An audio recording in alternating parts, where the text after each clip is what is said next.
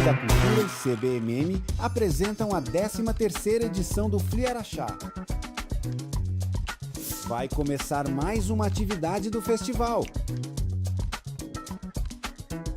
Compartilhe os melhores momentos nas redes sociais.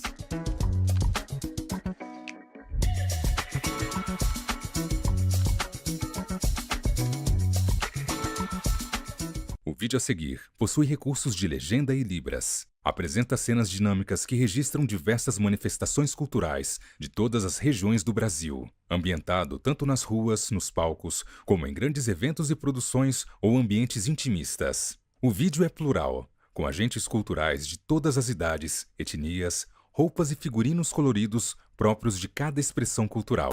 A cultura é um dos mais preciosos instrumentos de democracia. É um canal de expressão plural que permite a convivência de diferentes vozes, histórias e visões de mundo. E por isso a cultura, tal qual a democracia, deve ser defendida e fortalecida. Essa é a função da Lei Rouanet, a principal política pública de incentivo à cultura brasileira. Com ela, perseguimos a missão de assegurar o acesso democrático à produção e à difusão cultural. Ao longo de mais de 3 décadas, a Rouanet permitiu que inúmeras iniciativas culturais, antes inviáveis, ganhassem o mundo. Revelou histórias, preservou tradições e transformou vidas. Lei Rouanet, há 33 anos tornando a cultura brasileira mais plural, acessível e democrática. Logos: Lei Rouanet, Ministério da Cultura, Governo do Brasil, do lado do povo brasileiro. Coisas findas, muito mais que lindas. Poesia e memória. A roda de conversa acontece em uma sala grande. Ao fundo foi montado o palco. No chão foi disposto um tablado elevado de tom cinza e azul. O fundo é composto por um grande banner em tons de vermelho e amarelo. No canto esquerdo, Leice, Ministério da Cultura e CBMM apresentam 13º Fliaraxá. Centralizado está um quadro branco com as logomarcas das marcas patrocinadoras do evento, e no canto direito foi posicionada na parede uma televisão que passa ao vivo a roda de conversa em questão.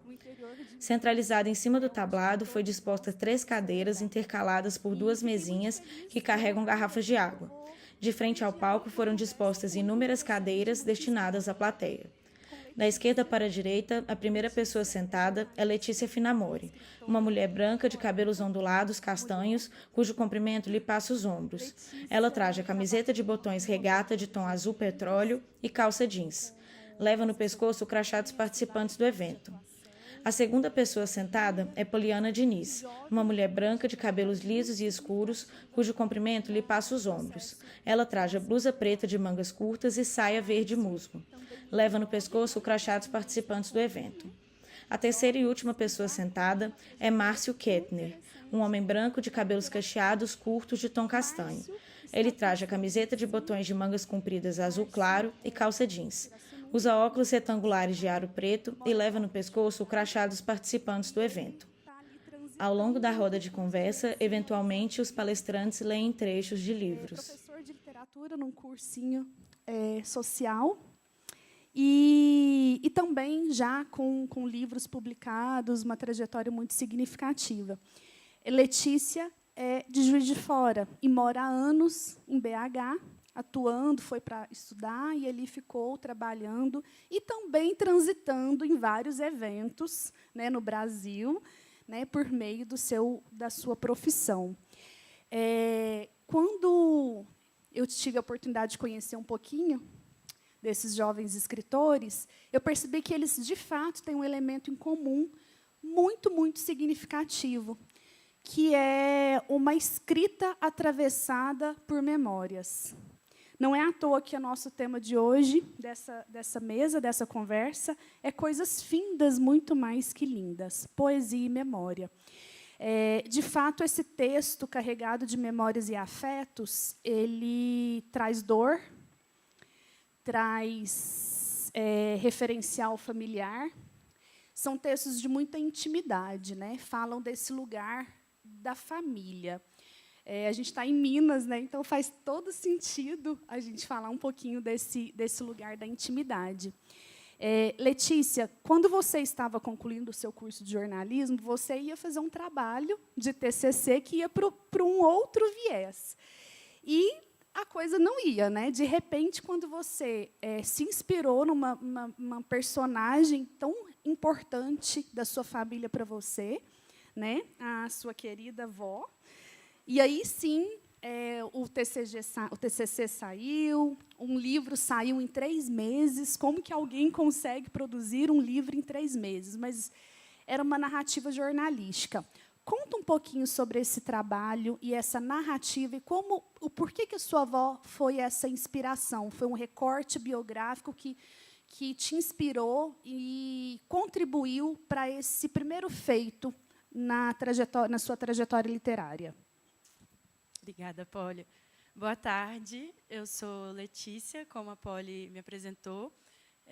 Sou jornalista e trabalho aqui no FLI, na equipe de comunicação. Eu estou muito contente de estar aqui na mesa.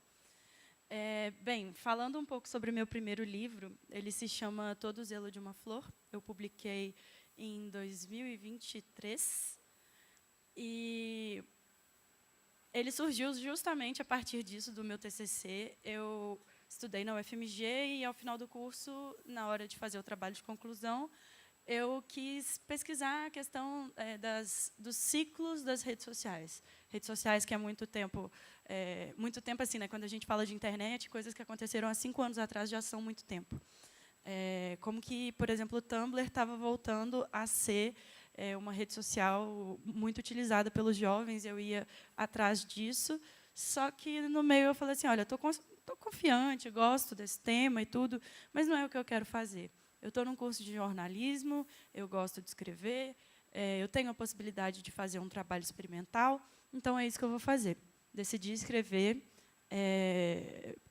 a partir dessa temática das narrativas jornalísticas, não vou dizer uma biografia, mas um recorte biográfico da vida da minha avó paterna, Rosa Maria. E aí, qual que é a questão? Ela sempre teve o sonho de ser enfermeira. Só que questões familiares e tudo, o pai dela, meu bisavô, pediu que ela não seguisse os estudos.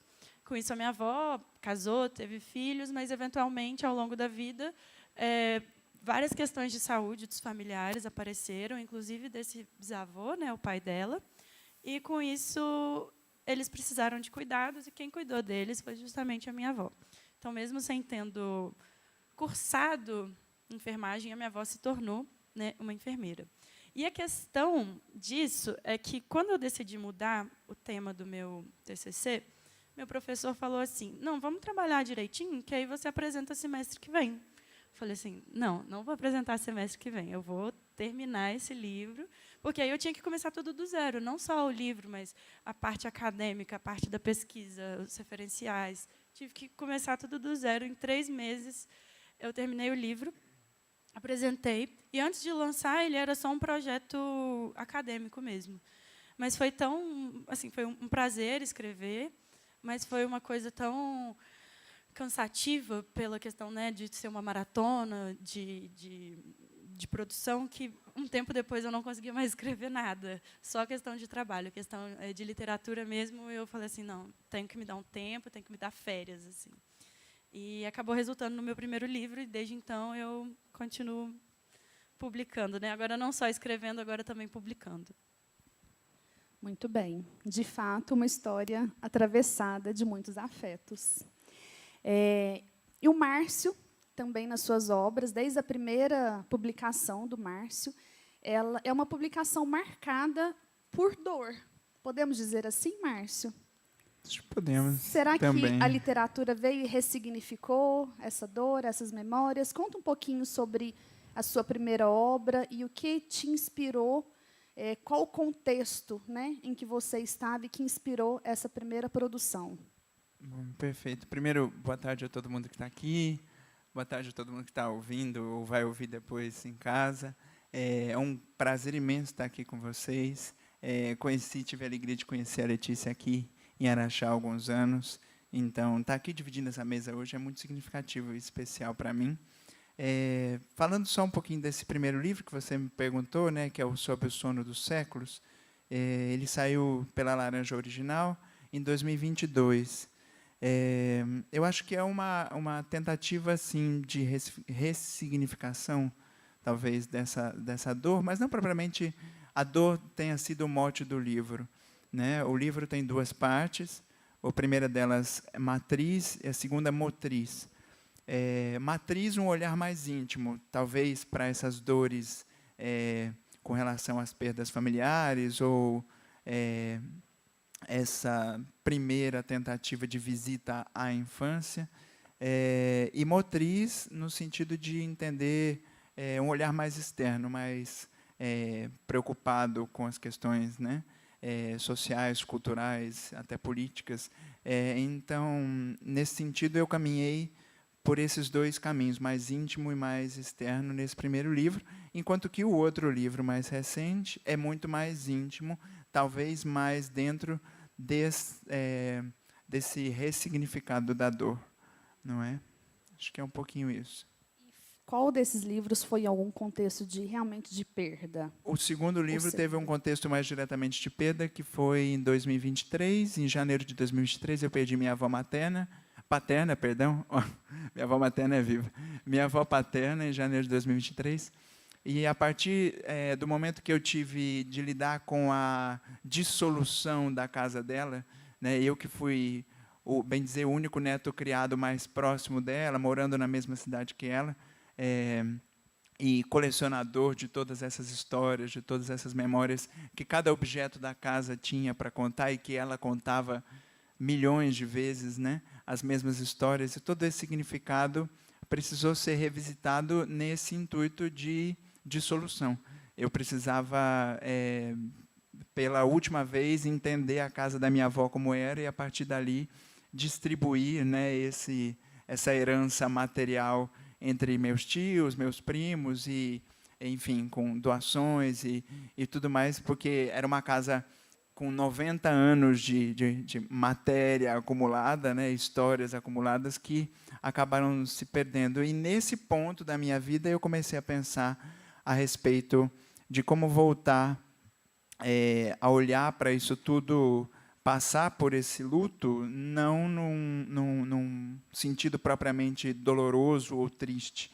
Então, a ideia do Idioma da Memória, que é um título que eu emprestei de um conto do Jorge Filiolini, né, um escritor lá da cidade de São Paulo, quando eu estava lendo o conto, eu vi isso e mandei uma mensagem para ele. Falei: Jorge, eu preciso desse pedaço de conto como título para o meu livro, porque é o que eu queria.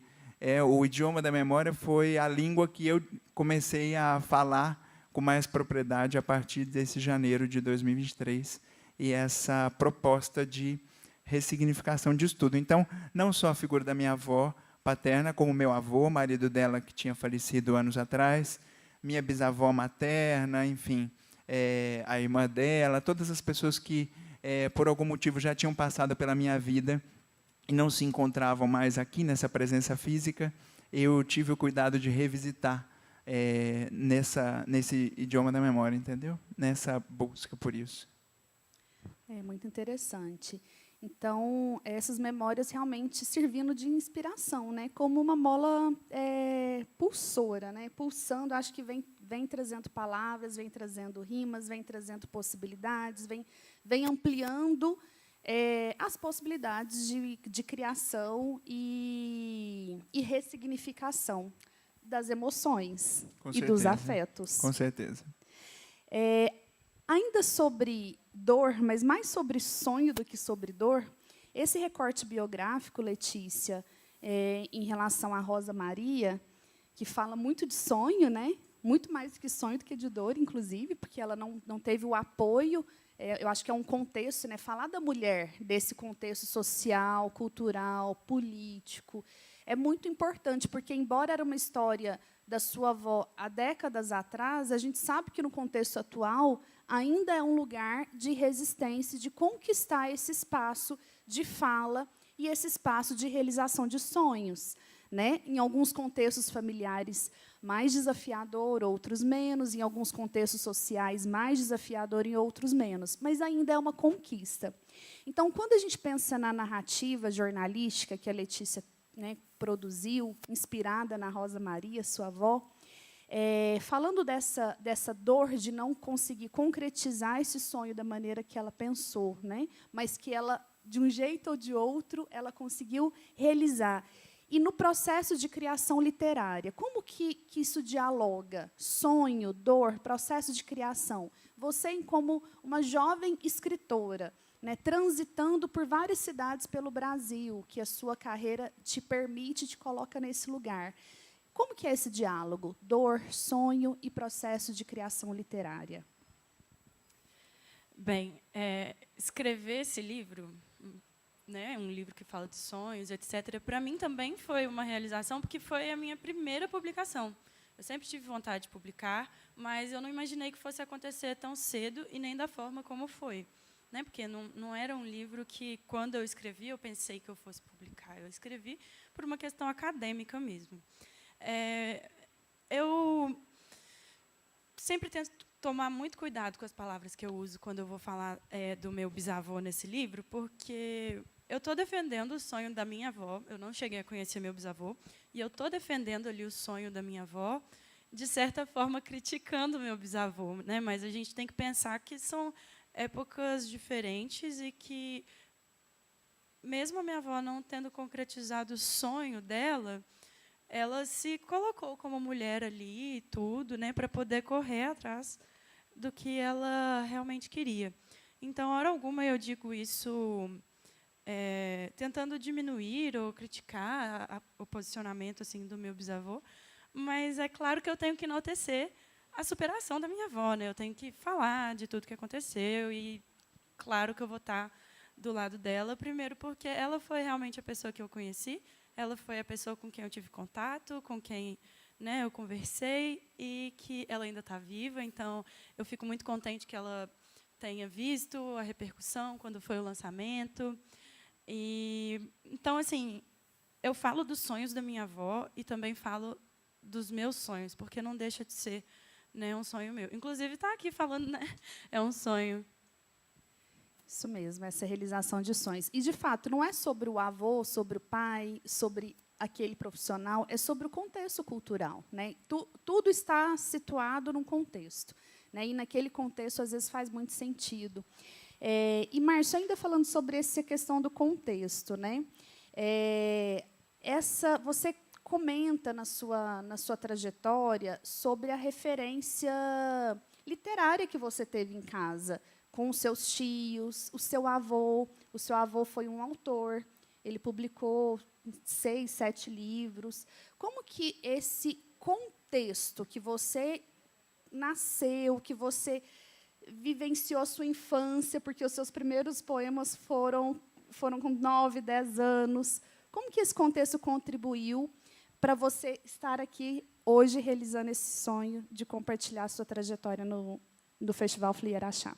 Eu acho que contribuiu em total medida, né? Na medida em que, se eu não tivesse tido o privilégio que eu tive de poder ter contato com a literatura tão cedo, na figura do meu avô, do meu tio, enfim, estimulados também por meu pai, minha mãe, as outras tias, enfim, todo mundo envolvido com esse estímulo, eu não teria, talvez, a possibilidade, né, de desenvolver isso dentro de mim, ou talvez isso apareceria de outro modo mais tarde, mas esse privilégio, assumidamente um privilégio, sobretudo nesse contexto nacional, né, da realidade nacional, infelizmente da dificuldade de acesso à escrita, à leitura que ainda acontece, infelizmente, no país.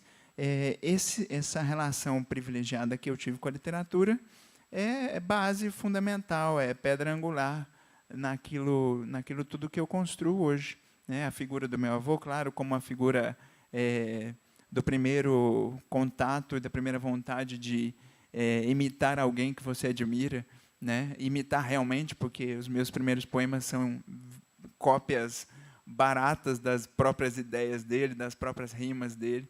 Então, nesse sentido mesmo, meu avô morreu em 2010 e eu comecei a escrever coisas assim à toa também em 2010, 2011, num caderninho em casa, com essa vontade e essa transmissão quase que inconsciente, né, da paixão pela palavra, porque ele nunca leu uma palavra do que eu escrevi, e tinha um gosto mais diferente do meu hoje em dia, mas no começo muito próximo, mas a gente, infelizmente, não teve a oportunidade de conversar sobre isso, sobre o que eu escrevia, saber a opinião dele, nesse sentido, não. Mas eu sempre fui um leitor das coisas dele, e essa vontade minou disso tudo, né? Quer dizer, surgiu com essa intenção muito primária de, acho que, copiar alguém que a gente admira dentro da própria casa, né? Meu avô, nos últimos anos de vida dele, escrevia compulsivamente, já tinha uma certa idade, então saía muito pouco de casa, ficava mais envolto aos dicionários e livros, assim, tudo ficava esparramado numa mesa redonda da casa dele.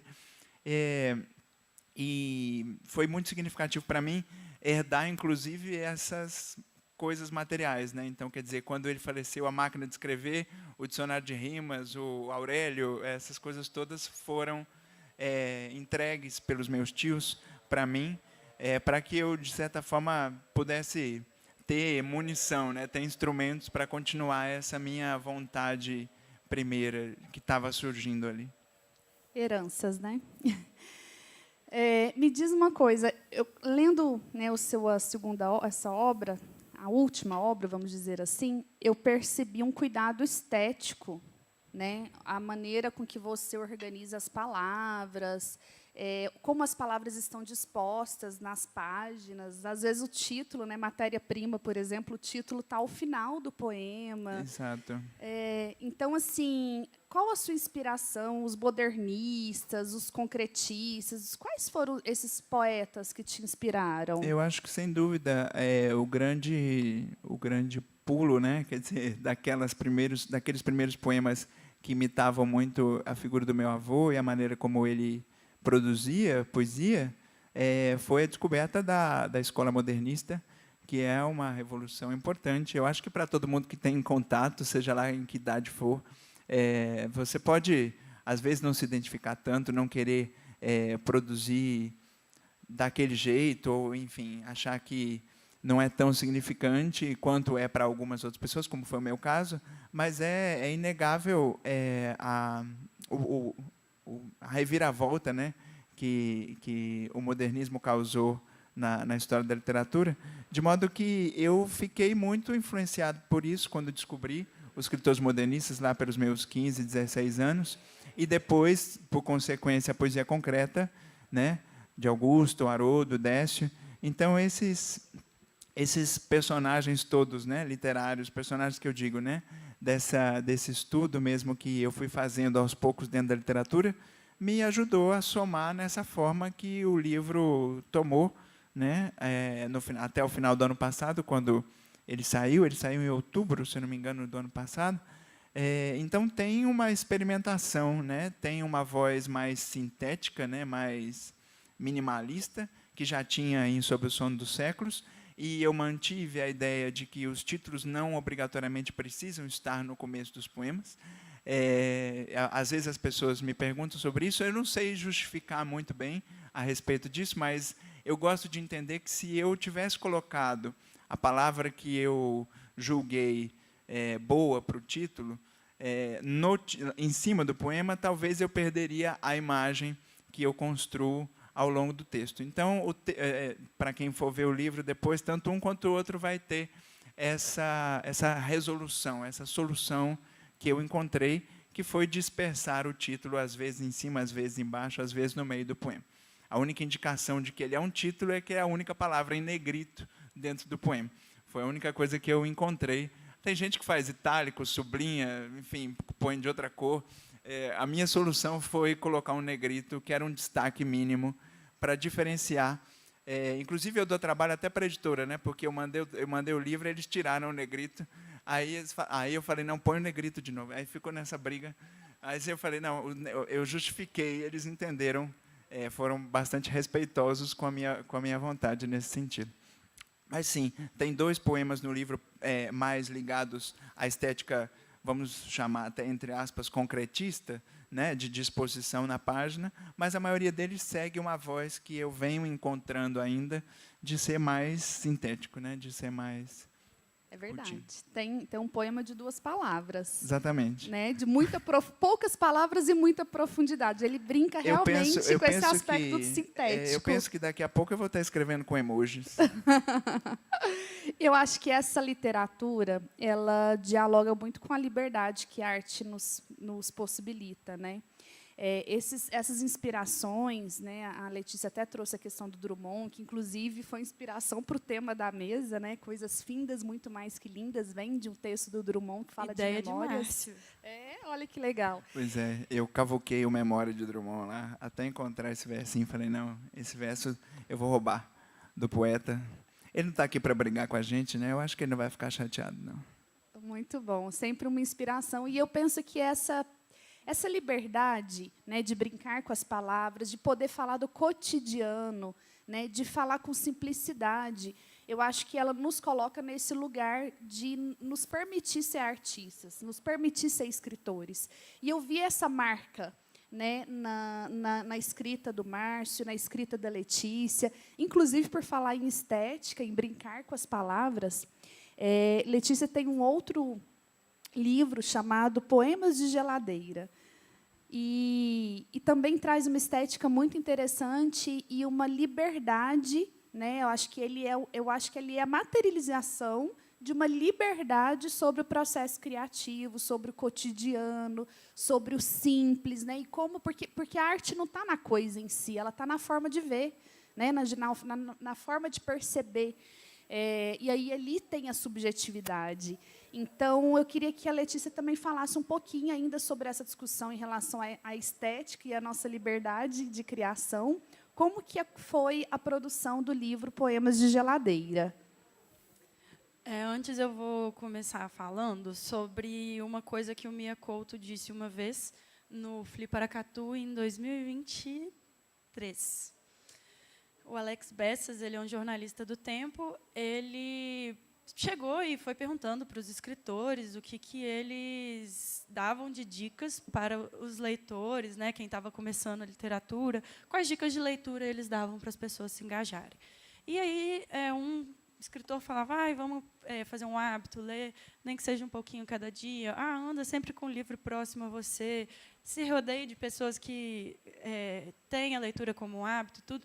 Mas uma resposta que me marcou muito foi uma do Mia Couto, que o Mia Couto disse que antes da gente estar em contato com os livros e tudo, e aprender a ler, né?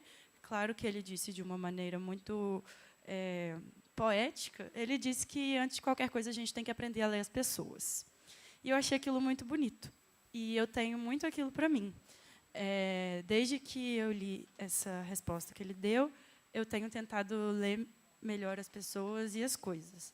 E o Poemas de Geladeira, ele surge um pouco dessa questão de ler a vida, ler assim uma coisa de observação. Basicamente, a premissa dele, digamos assim, é que, em 2019, eu fiz uma viagem para a casa dos meus tios. Eles moram no Rio de Janeiro. E aí, às vezes, eu estava preparando o café da manhã, meu tio estava lá, estava com, sei lá, comida no micro-ondas, e eu ficava esperando, mexendo na geladeira deles, porque a geladeira tinha vários imãs de palavras como esses que estão aqui no título. E, enquanto eu estava esperando, eu ficava brincando, assim, escrevendo poemas e tudo. E, quando já estava nos últimos dias, assim, eu falei, poxa, eu acho que eu quero guardar esses versos para mim. E aí eu tirava fotos e depois eu escrevia aquilo nos meus cadernos. Então, eu fui criando esses poemas que eu chamei de geladeira por se tratarem de, né, realmente, palavras que estavam numa geladeira que, naturalmente, acabaram se tornando poemas. Então, nem todos aqui são poemas de geladeira, mas alguns deles, né, tem uma seção que são só os poemas de geladeira, que foram os que eu compus, né? Eu acho que eu não posso nem escrever, eu tenho que falar desses poemas mais enquanto uma composição. E acaba que é uma forma completamente diferente, né? Uma forma magnética e física que, eventualmente, eu transformei. Assim. Então, Não vou dizer que é uma poesia concreta, embora ela, né, seja tátil, mas acabou se tornando aí né, desses poemas de ladeira, desses versos de palavras pequenas e separadas, acabou se tornando um livro. Muito interessante. Sobre esse aspecto do cotidiano, que eu acho que o poemas de geladeira tem a ver com isso, né? Algumas questões do nosso cotidiano, elas são inspiradoras e elas nos marcam. E aí elas transformam a nossa realidade. Por exemplo, a nossa trajetória na escola. Eu acho que aqui a gente deve ter alguns educadores. Temos professores aqui? Levanta a mão. Né? Temos muitos, né? Grande parte. E é muito interessante. Eu estava 3 anos atrás também, aqui no Festival Flieraxá, e a gente montou uma mesa de 5 professores escritores. E todos, na hora, quando iam falar um pouco da sua inspiração, o que fez ele se tornar um escritor, todos mencionaram algo que aconteceu na escola. Um projeto de um professor, uma atenção, um olhar, um texto que ele leu para os outros alunos, um momento que ele permitiu que os meninos compartilhassem as suas declamações, né? Eventos em que o protagonismo e a capacidade daquele aluno no aspecto artístico ou literário foi valorizado, foi olhado, foi enxergado, né? Esse aluno na escola, quando ele é enxergado e potencializado, isso muda a vida dele. Letícia, na sua trajetória escolar, o que acontece? Aconteceu algo que contribuiu também com a sua produção literária? Aconteceu, sim. Logo quando eu mudei para Belo Horizonte, em 2015, eu mudei para lá para fazer... não para estudar lá, mas coincidiu com o início do ensino médio, né, no primeiro ano. Eu tinha um professor de redação que, nessa tentativa de... A gente aprendia muito, já estava, né, nessa questão do formato do Enem e tudo, e era basicamente o foco. E, para trazer um pouco mais de poesia para as nossas aulas, o professor ele sempre selecionava alguns alunos para poder ler um poema. E eu ficava animada, eu sempre queria descobrir algumas coisas, eu sempre tive contato com poesia. Minha mãe, inclusive, ela é muito fã do Carlos Drummond de Andrade, foi ela que introduziu a literatura dele na minha vida.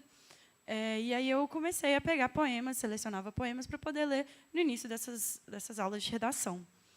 E, nisso, eu comecei a organizar esses poemas em um blog. Porque aí eu pegava o poema e tal, pegava, por exemplo, assim, Vinícius de Moraes. Colocava o poema nesse blog, e aí, quando chegava o dia, simplesmente pegava no meu celular, ia lá no último poema e lia na escola antes da aula começar. Só que, com o tempo, depois que aquilo foi passando, eu comecei a colocar meus próprios poemas. E eu já escrevia, só que eu escrevia muito em papel e tudo. Nunca tinha escrito na internet, nunca tinha publicado. E, inevitavelmente, comecei a escrever no blog, não com a intenção de que fosse necessariamente para o ambiente virtual, mas o ambiente virtual me abriu esse espaço para que eu pudesse escrever. E, com isso, eu mantenho esse blog até hoje. O nome dele é Lefi News, Letícia Finamor, aí fica Lefi News. Já passou por vários nomes, mas esse é o que tem, é o mais recente, tem a ver, né, News de Letícia. E não é uma coisa assim que eu acabo divulgando muito, mas ele está lá de vez em quando, às vezes, assim, eu tô à toa, assim, jornalista nunca está muito à toa, né? Mas às vezes, quando eu estou de bobeira assim na internet, eu falo, eu acho que eu quero escrever um poema. Aí eu vou lá e escrevo. Então, esse professor ele me instigou muito a estudar poesia, no sentido de buscar poesias para poder, né, conhecer e declamar os poemas, mas também, inevitavelmente, depois, ele acabou me inspirando para poder escrever e dar continuidade. O nome desse professor era Caio, e a nossa turma foi a primeira turma que ele deu aula, então ele era um professor bem jovem, e eu gostava muito dele. Muito bem, então fica a dica, né, para os nossos educadores, os nossos professores, o quanto, às vezes, uma ação tímida, aparentemente tão insignificante, pode marcar a vida dos nossos jovens, né, e conduzir eles para uma trajetória que faça sentido. ainda sobre esse aspecto do digital, né, a gente está vivendo um contexto de um universo muito digital, hiperconectado. A internet, né, nos possibilita uma série de conexões, apesar também dos isolamentos, né, aí é outro tema, outra mesa, mas ela nos coloca em contato. Então, Letícia tem o blog de poemas e Márcio participa, aí, é colunista da revista Odisseia, uma revista digital literária, e, por meio do digital, né, ele e diversos outros autores, produzir conteúdos e colocar esses conteúdos em circulação. Vamos falar um pouquinho sobre esse contexto, como que as mídias têm contribuído, como que é para você essa experiência de participar do Odisseia? Perfeitamente. Só corrigindo, o Odisseu. Odisseu. O nome da revista. Odisseu. O Odisseu. A Miriam estava aqui, não é agora há pouco. A Miriam Scott, que estava nas mesas de ontem, acho que hoje ela deve ter também. Ela é minha colega, né, da revista Odisseu também.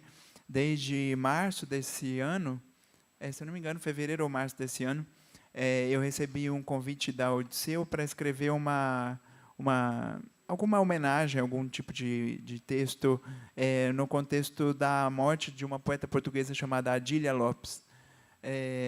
E aí fui convidado pela revista para fazer um texto da maneira livre, como eu quisesse, e fiz uma carta, chama-se Carta Só para Adília Lopes, que foi publicado, se eu não me engano, na edição de fevereiro. São edições online da nossa revista, a revista bimestral. Vocês podem acompanhar tanto pelo site quanto pelo Instagram da revista, O Odisseu. E você faz um cadastro gratuito e recebe bimestralmente a revista por e-mail. É uma revista que tem juntado muita gente para falar e discutir sobre literatura. A Miriam a gente tem a alegria de ter a Miriam, tantos outros nomes conosco. É um time que só está crescendo. A Luísio Romanelli, que entrou recentemente também como colunista. E, a partir desse convite para escrever sobre a Adília, veio um outro convite para criar uma coluna mais ou menos fixa, né? Quer dizer, não com uma demarcação de tempo para produzir, mas que eu pudesse fazer outros textos para a revista. Então, eu criei a ideia de que eu ia escrever cartas para os escritores conforme eu fosse lendo os livros, para tirar um pouco dessa obrigatoriedade da crítica literária, né? A minha função não era criticar os livros sob o ponto de vista teórico, porque eu não tenho nem escopo para isso, mas simplesmente dizer a minha opinião e também uma forma de divulgar os trabalhos com que eu entro em contato. Uma dessas cartas foi escrita para a Júnia, que está aqui também. Muito obrigado pela sua presença, sempre acolhedora, pela sua amizade. E uma das cartas foi escrita para a Júnia, assim como para outros escritores, conforme os livros vão chegando até mim. E eu, na medida do possível, tento produzir isso como uma devolutiva, para o tanto que a poesia e a prosa dessa gente toda me engrandece. E é mais nesse sentido a minha participação na Odisseu, e, recentemente, tive a alegria também de poder ajudar o Everton, né, que é o nosso fundador lá da Federal da Bahia. O Everton me pediu que nós fizéssemos uma nova incursão dentro do podcast da revista, que estava, quer dizer, assim, sem uma definição do que ia acontecer, e aí ele pediu que eu organizasse entrevistas, uma por mês, também com as pessoas da literatura. Aí nós tivemos a alegria de fazer já 3 episódios, que estão disponíveis no Spotify, com a Aline Bey, com a Beatriz Haas e com a Mar Becker.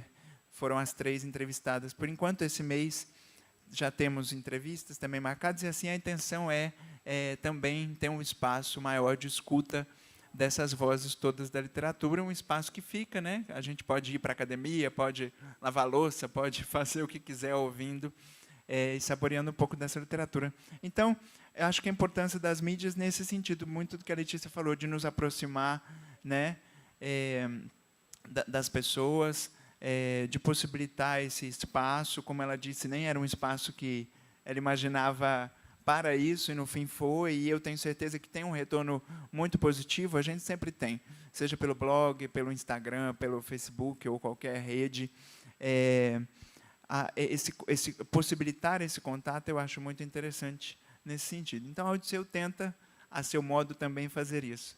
Não é? As dificuldades de ter uma revista física, impressa, mas ela existe virtualmente para tentar conectar a gente ainda assim. Interessante. E é uma forma da literatura, a gente ter acesso, ter contato com a literatura para além dos livros, que já é algo tão relevante, tão importante. E a Letícia até comentou um pouco sobre isso, das leituras de mundo, né? Porque eu penso que a arte e a literatura é sobre ler livros e sobre ler mundos, ler pessoas, ler paisagens, ler as possibilidades. Então, o quanto a palavra, a literatura, nos possibilita enxergar o que está além do óbvio, né? Uma leitura de profundidade, de interpretação, de ressignificação, né? Então, quanto mais a gente tem contato com a palavra, maior profundidade a gente tem no nosso olhar. E não é só sobre o olhar da palavra, mas do que está posto, né, no mundo que a gente vive, no mundo que a gente no cotidiano, que faz parte do nosso dia. E nesse contexto ainda do cotidiano, do que marca, das nossas leituras de mundo, em todas essas histórias que nos atravessam, Letícia, tem algum poema que você poderia compartilhar com o nosso público, né, do seu livro Poemas de Geladeira, para a gente conhecer um pouquinho do seu trabalho? Tem, sim.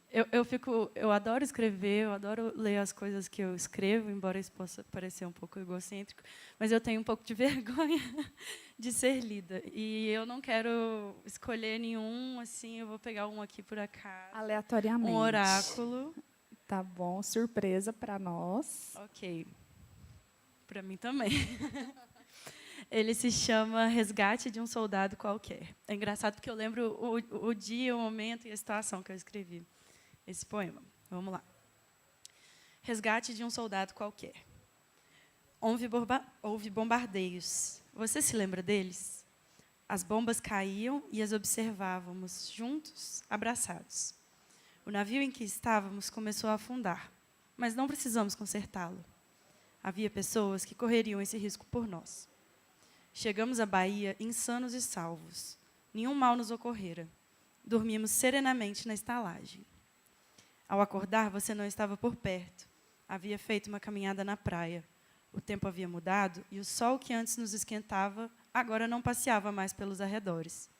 Sentei-me na areia do litoral, à espera da sua volta, que ainda não ocorrera. Muito bem.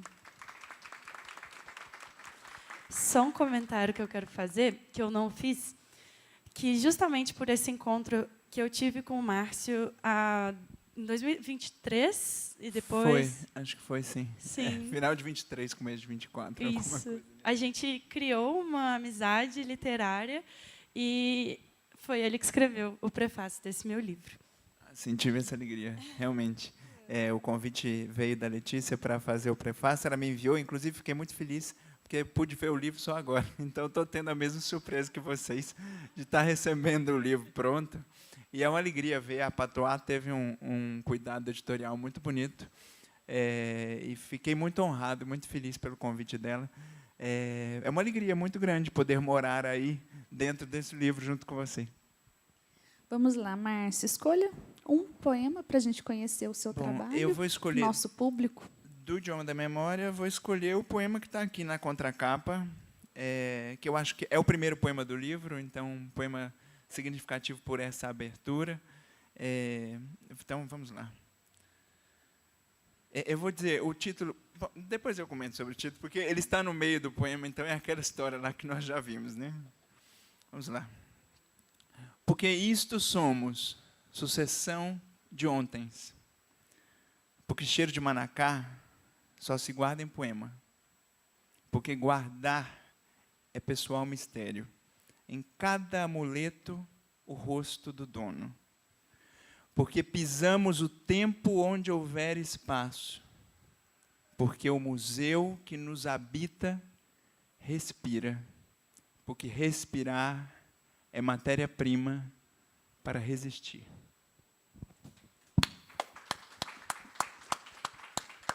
Ia dizer sobre o título é matéria-prima, mas eu ia entregar todo o poema, então por isso que ele está lá no meio e não está no começo. Está aí a justificativa melhor para tudo isso.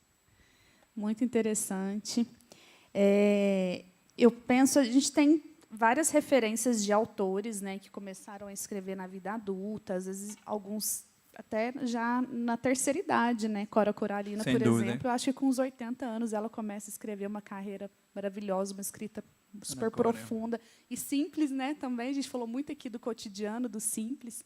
Cora Coralina era doceira, né? Então ela falava desse cotidiano, também de uma cidade pequena. E aí vocês vêm no movimento inverso, né? Enquanto Cora veio começar ali a escrever com 80 anos, vocês estão jovens. Estamos extremamente corajosos. Vocês estão jovens já, com 2, 3 livros publicados, né, cada um. E a gente sabe que esse cotidiano frenético, cheio de coisa para fazer, né? Como que faz para escrever? Né? Qual o recado, né, vocês, jovens escritores, dariam aí para o nosso público, para outros jovens, ou outros adultos, ou outros idosos, que queiram se aventurar nesse universo da produção literária? Qual dica? Como lidar com esse desafio? Como começar? Ok. Eu penso que ler é um prazer, ler é lazer, mas ler também é estudo. E eu acho que, no nosso momento de descanso e tudo, a gente pode desfrutar de um livro enquanto entretenimento, mas a gente também pode ter ele como uma forma de estudo. Então, eu acho que a gente pode... É importante ficar... Eu acredito que é importante ficar atento à forma com que as pessoas escrevem. A gente começa a identificar padrões e, inevitavelmente, depois a gente começa a pensar, poxa, eu acho que isso aqui pode ser uma inspiração. Eu acho que eu me daria bem escrevendo um soneto, por exemplo. A pessoa lê Vinícius de Moraes e fica encantada por sonetos. Como ele, eu posso escrever. Eu leio haikais, posso ficar inspirada. Então, eu sugiro que, além de ler, as pessoas tenham, nesse momento de lazer, um pouco de atenção para poder captar as coisas que podem ser úteis. Muito legal. Eu Ótima acho dica.